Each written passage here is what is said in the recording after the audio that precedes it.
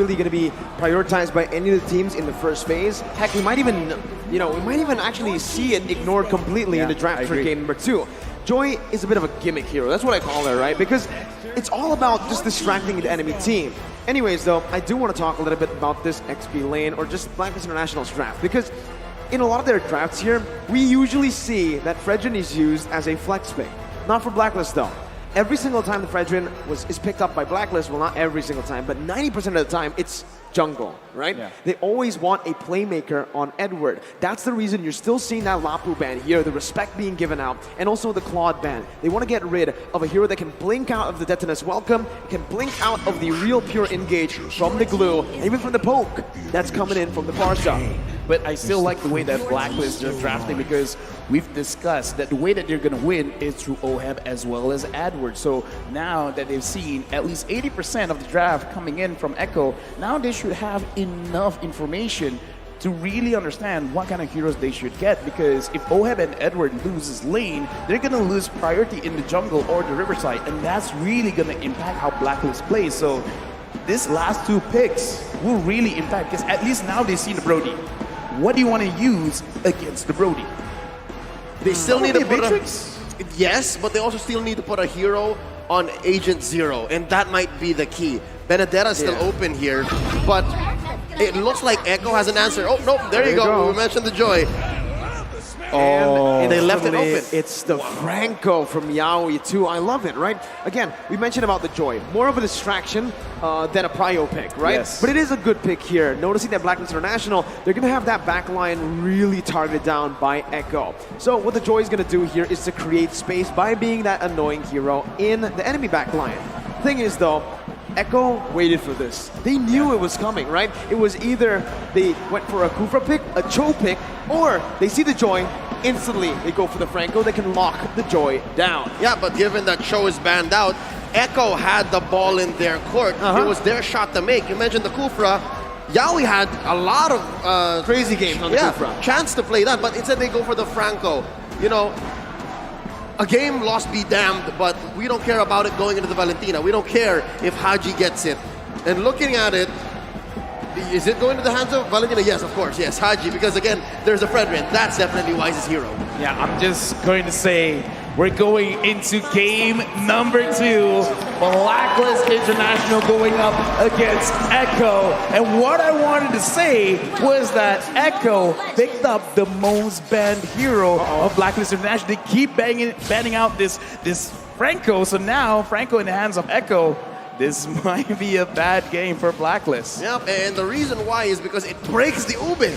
You don't get to engage on your terms. And in the hands of the playmaker, Yaoi, it's going to be a great way to, again, either set up a box that Blacklist is not comfortable with, or break whatever Blacklist is trying to do. And this is a similar approach to, again, what RRQ did against Echo yesterday, right? They picked up that Franco, but unfortunately for RRQ, they didn't have anything to build around the Franco. Meanwhile here, I was questioning the Brody pick earlier on. I was like, what? Brody into Lolita? Then you see the Franco and you're like, there you go.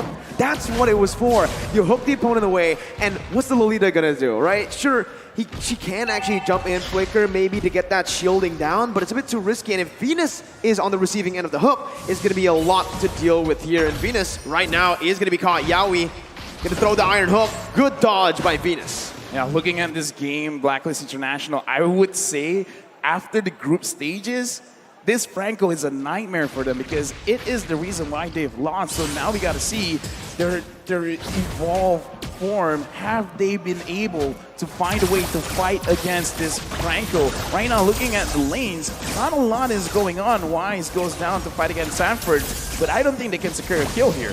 Too sustainable, gets out of that one. Wise is level 4, Carl TZ as well. Both of these junglers clearing very, very fast. In the end, it's Hachi who actually steals the gold buff away. Yep, looking at a potential 3v3, 4v4 down bottom as they both jockey for position, finding a good pull for this Lord. And it looks like Echo is the one first on the scene. Carl TZ whacking away. Oh, there's a ult! Yeah, Sanford zoning very, very well here with a split as well. Bringing Wise away. Numenov Blast can be charged in. On to Carl TZ, but no! It's Yaoi who finds the iron hook, and Carl TZ finds the retribution. Edward on the back line. That's a stolen for the airstrike as the Bloody Hunt comes down onto Edward to lock him down. Sanford finding Wise, the flicker over. Edward picking up another. It's a 2 for 1 right now. Echo still equal though in terms of the trade because they secured the turtle. I like how Blacklist played that fight just now because even though they were focusing on the turtle, they kind of understood that it's not 100%. It's not even 50-50. It was kind of a 60-40 at that point. So they tried to find the alternate win condition around the turtle, which is try to get a little bit more kills. So they were willing to expand a lot of their resources there. Looking at the items right now, really not a lot of power spikes just yet. The Beatrix here, piloted by OHEB, understands that there is a chance he's going to get attacked, and right now, Carl Tease is getting attacked. He is the frontliner though, so he's happy taking that damage in. Haji is going to be the one losing a whole lot of HP from Sanji. Venus does too, and now that mid control is for Echo. And you're seeing here the difference between Haji and Sanji, a Valentina and a Farsa. It seems like now, when the ult is ready on Sanji, he's just willing to pull it out and then force Haji to respond. It's all about timing. It's all about engagement. Oh. And Yaoi, did he do it? No, the Filipino sniper still confirms the gold crab. That was an insane calculation, man. An insane micro play by OHEB, right? He knows exactly how it was going to go down. Even with the snipes there. I gotta say, in my head, he was holding his breath and like, Yeah. 1, 2, pump, just get it. And I just want to touch a little bit about the emblems because in terms of scaling, I kind of feel like Blacklist, they have an advantage because OHEB is using a marksman emblem compared to Benecutie using the assassin emblem. He's going to have a lot of damage, but still, in terms of scaling, Blacklist, they have it in the bag, and now looks like Echo, they're just going to push Blacklist away. Don't push too hard. Oh, not an engagement that Echo wants to go for because, again, they spent a few ults there. Mind you, Yaoi still has the Bloody Hunt, still has a hook waiting on him. Benecutie as well, torn apart memory, goes for a pull, Numenor Blast charged up by the Queen, then as well by Carl Teasy. And Carl Teasy is going to be able to spin him out. That's the Bloody Hunt, locking Edward down. Edward taking low, but still able to survive for now. Torn apart memory can be popped in as Benny flickers forward to pick up the kill. Turtle over to Blacklist right now as Sanford jumps in with Swiss Split, bringing Venus back for the damage to come through once again. Sanji picking up. Yaoi almost finding the Iron Hook. That's demobilized. Haji pours the flicker out, and Echo will be able to take the better trade. 2-0. Turtle goes over to Blacklist, though, as well. It's actually Echo who took it. Wow, clear win now for the Orcas. Yeah, clear win because they have a lot of birds in the early stages of the game because Wise being in the front line, he can CC them for a bit, and OHEB, that was lucky that he did not get hooked. And so far, OHEB will be fine. Looking at the items, player power spikes right now. Looking at Edward, he's not going to be tanking a lot, but he can do a lot of damage because of the Genius Wand. So as long as he can prolong the fight, he can really help himself out, as well as Haji. Speaking of which, Haji is using a scale kind of itemization, so he's not going to be too strong right now, but I would say in 8 minutes, he's really gonna power through Echo.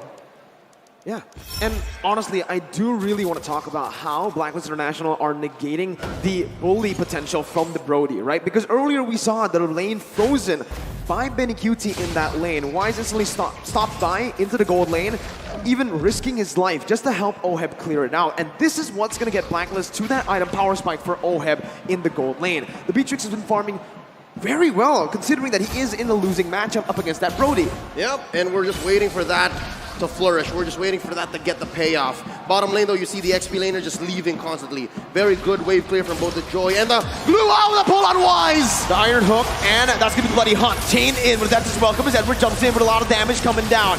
Sanji with the wings by wings, getting out. Numenor Blast and a feather airstrike stolen away by Haji with the IMU. Bennett's Rage, able to find the kill on the Sanford. Carl Teasy going to be gunned down. That's the Iron Hook to provide the peel necessary for Carl Teasy.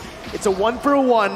The XP lane traded in for the jungler. Wait, look at Benecutie. Oh, watch out, Benny from the back line. OHEB hasn't spotted him yet. They're going for the turtle. There's the pull. Yaoi as well. Look at this. Prime positioning from the Echo squad. Oh, he's revealed. There's the hook. Yeah, we missed it. Gonna be stunned up. Venus actually onto the turtle. Carl Teasy with a quarter of his HP bar.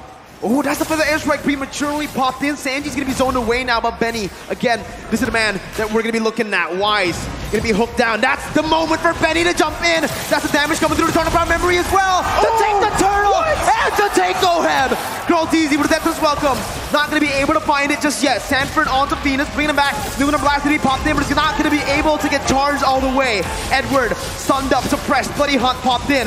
Yaoi going to fall to the hands of Edward as Sanford still wants to keep on going. Sanji rotating back into the mid lane. Why is going to be brought back? It's a pause here in the 7th minute of the game. Enable, but here we're going to be put in right into the team fight. Echo with, actually it's a pretty good trade now that I see it for Blacklist. Not that bad. Benny actually fell, but the airstrike though from Sanji in the mid lane, making it in favor of Echo. All right, something transpired in between the time we resumed and paused in. But for now, real quick, folks, Blacklist forcing out a push up top. Buff still secured per side, and we're looking at a possible kill on Edward. Nope. That's Edward for you. Gets out in relative ease again, right? Echo trying pressure, but now it's just for Blacklist International to punish in the goal, well, in the other side of the map, which is going to be the XP lane. They even tried to deny as much as possible from Benny, forced to use the torn apart memory to get those last hits. This is the world stage, so I'm allowed to be a little bit more critical looking at the way that the game is transpiring. We just spoke about this. Yaoi versus Venus, and Yaoi is going to be able to find that iron hook. Connecting onto Wise, bringing it back under the tier 1, and that's everyone collapsing. Benny with a torn apart memory back up on that cooldown is going to be able to secure it. Feather airstrike now on to Haji and Oheb. Haji going to be stunned up, has the feather airstrike, but both teams disengage. King and the Queen in a flash goes out. I mean, Edward able to make the most of a bad situation, but LaFell, what does this mean? First of all, I just want to say I'm so glad I was interrupted because I was about to say Blacklist was actually looking pretty good because Oheb is going to scale up and Yaoi's not hitting the hooks, but never mind. Yaoi got a very crucial hook, and the thing is, this is the time where Benny Cutie, I would say, is almost at his max because he already has his Blade of Despair as well as the Fury Hammer. Enough penetration, enough raw damage. This is the time you force the fight. This is not about waiting. If you see an opportunity, just go for it. And it looks like Blacklist has already found their window. Haji pulling out Sanford, Carl TZ losing the pull battle against Wise. Blacklist have a small favorable position over the Lord. It's closer to the south, closer to Wise. If they spot on Venus, Yaoi throws out a hook. And the Lord dance continues. It's a very slow Lord dance. It's a macro-centric play here. Mid-control. Steel fought for, and that's going to conceal though. Yeah, we're going to be able to find Haji Bloody Hunt as well. That's damage coming through, and a turn apart memory finds its mark. The Venom Rage to follow it through. Yeah, we're going to be taken down. Sanford jumps into a split. Venus putting them on blast, stunning him up right now. Skull TZ going to be taunted up. Kind of airstrike to the back line. Oh, it's going to be caught. Wise now with the Appraiser's Wrath. Still able to sustain for a bit as Sanford still on that split. He jumps back away. Venus thinking low. That's going to be Benny dealing out of damage. Now with a turn apart memory. Benny QT with a flicker forward again. Styling on Blacklist International. That team fight could not have been better for Echo. 4 down, no clap back from Blacklist, and Echo now making a beeline straight for this Elemental Lord. Okay, now Edward coming in, not going to be able to steal. But yeah, in this game, objectives are important. And Sanford, he's going to get chased, will actually get down. Yaoi stops the progression of Edward. And as I'm saying, objectives are very important, but it doesn't have to be the turrets. It doesn't have to be the Lord kills our objectives as well. And again, Echo, their draft, they have a lot of big potential. So they're really using their draft to the finest. I like the way that they approached it. Don't fight the Lord. Kill them first. And they did. They found bodies, pushed them all the way behind tier 2 down bottom. And it's putting on my Venus, who just hit the ranked first one, average assist 10.4 per game here in M4, into a weird position. When do I use Numenor Blast? When do I protect my teammates? When do I find a proactive spot, a window for us to clap back? And it's looking harder and harder by the minute. Echo pushes mid tier 1, and now they're threatening tier 2 as well. Watch Sanji, he's concealed. Yeah, and he pops in the Feather Airstrike, zoning Oheb away as Edward jumps in closer. Sanji with Wings by Wings, getting out. Feather Airstrike being popped, Sanji flickers out. Call TZ. Finding the death to this welcome onto Wise, gonna be stunned up again. No, blast out from Venus out of nowhere. Sanford still in the front lines. Benny QT dealing with damage right now as Edward's gonna be able to jump into the back line, but the Bloody Hunt catches Edward and a torn apart memory silences him, takes him down. Sanji with Wings by Wings. Oheb gonna be taken low, forced to flicker out by Yaoi, and Sanford flicker forward. Now Echo still on the march with the Feather Airstrike taking Venus down. Haji is all alone, terrifying Yaoi. still able to survive with Iron Hook. Connects again, and Echo have wiped out Blacklist International. They're looking for the end. No minions on the board. They're forced to back away. 5 for 1 plus 2 major objectives pushed in by the Orcas. This is both discipline and ruthlessness. Lafel, where'd they pull this from?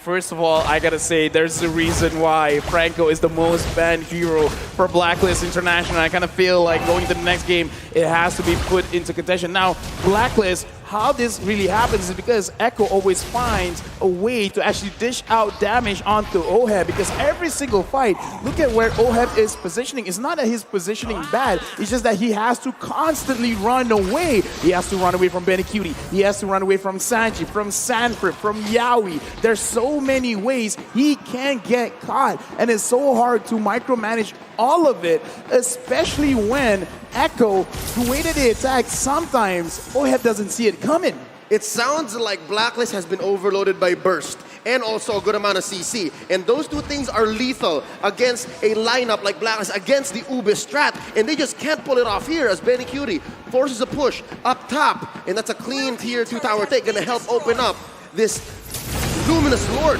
for Echo. Now 8K ahead at 13 minutes. That's insane. And on top of that, Benny's on a hero like the Brody, who snowballs like an absolute monster. And you can see here, this is the play by Blacklist International. They still want to contest. Lord taken to half HP. Carl TZ still on it. This is the Lord dance. At the mid lane, pressure will be popped in from Echo. 8,000 gold lead. The defender airstrike will be popped in. The zone of the members away. Carl TZ with the left as well, combining it. Haji stealing. For the airstrike again. The better spray. Down to the ground blast. Why steals it away? Yaoi got the money hunt, but it's all for naught. Set for all alone. Yaoi's gonna be gunned down.